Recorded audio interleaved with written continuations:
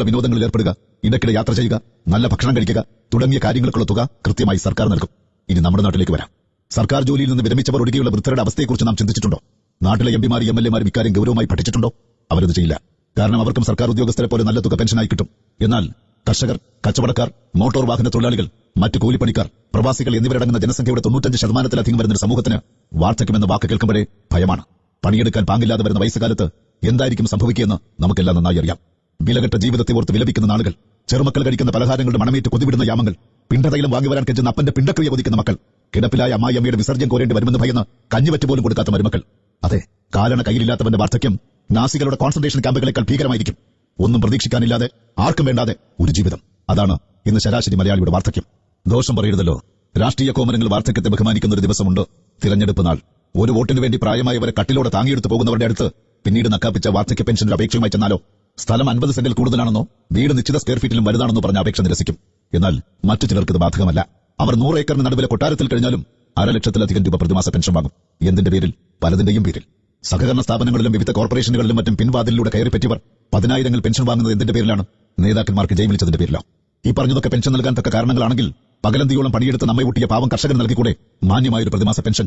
കുടിപിടിച്ചവനും ജയ് വിളിച്ചവനും ഏത് വിധേനയും പെൻഷൻ തരമാകുമെങ്കിൽ വളയം പിടിക്കുന്നവനും തമരടിക്കുന്നവനും കട നടത്തുന്നവനും പ്രവാസിക്കുമെന്ന് വേണ്ട, സകലർക്കും പെൻഷൻ വേണം. കൂട്ടിയും കിഴിച്ചും വീടിന്റെ ചുറ്റളവും പറമ്പും നോക്കി വാർദ്ധക്യ പെൻഷന്റെ പേരിൽ 1,200 രൂപ കൊടുക്കുന്ന കാര്യമല്ല പറഞ്ഞത്. ആയ കാലത്ത് ഒരു ദിവസം കൂലിപ്പണിയെടുത്താൽ കിട്ടുന്ന തുകയില്ലേ അത്? ഈ 1,200 രൂപയ്ക്ക് ബഹുമാനിരായ എംപിമാർക്കും എംഎൽഎമാർക്കും ഒരു മാസം ഒന്ന് ജീവിച്ച് കാണിച്ചു തരാമോ? എങ്കിൽ ഞങ്ങളും ജീവിക്കാം, നിങ്ങൾ കാട്ടിത്തരുന്നത് പോലെ. സർക്കാർ ചെലവിൽ 49,900 രൂപയുടെ കണ്ണട വാങ്ങുമ്പോൾ 2 വർഷത്തിനിടയിൽ ഔദ്യോഗിക വാഹനത്തിന്റെ ടയർ 34 തവണ മാറ്റുമ്പോൾ അധികാരികൾ ഒന്ന് തിരിച്ചറിയണം. ഒന്ന് മാറ്റിക്കൊടുക്കാൻ നല്ലൊരു വസ്ത്രം പോലും ഇല്ലാത്ത വൃദ്ധജനങ്ങളെന്ന് കേരളത്തിലുണ്ട്. അവരെ നോക്കേണ്ടത് മക്കളുടെ കടമയല്ലേ എന്ന് നിങ്ങൾ രാഷ്ട്രീയക്കാർ ചോദിച്ചാൽ, മക്കളുടെ സംരക്ഷണയിൽ കഴിയേണ്ട പ്രായത്തിൽ നിങ്ങൾ എന്തിനാണ് നാട്ടാരെ സംരക്ഷിക്കാനെന്ന് പറഞ്ഞ് ഇറങ്ങിയതെന്ന ചോദ്യം ഒരു എംഎൽഎയുടെ ഫേസ്ബുക്ക് പോസ്റ്റിനെ തിരിച്ച് ഞങ്ങൾക്ക് ചോദിക്കേണ്ടി വരും.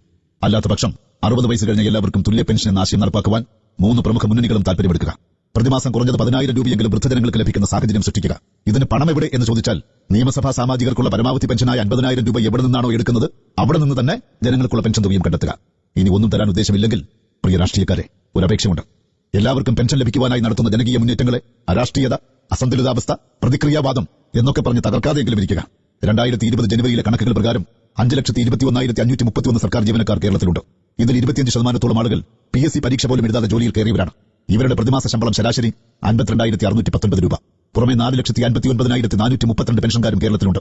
ഇവരുടെ പ്രതിമാസ പെൻഷൻ ശരാശരി 38,036 രൂപ. ആകെ നികുതി വരുമാനത്തിന്റെ സിംഹഭാഗവും ശമ്പളമായും പെൻഷനായും വീതിക്കുന്ന ഒരു നാട്ടിൽ 5% സർക്കാർ ജീവനക്കാർക്കൊപ്പം 95% സാധാരണക്കാർക്കും ജീവിക്കണം. 60 വയസ്സ് കഴിഞ്ഞവർക്ക് പ്രതിമാസം 10,000 രൂപ പെൻഷൻ എന്നത് നികുതിദായകരുടെ ആവശ്യമോ അവകാശമോ? ചിന്തിക്കൂ.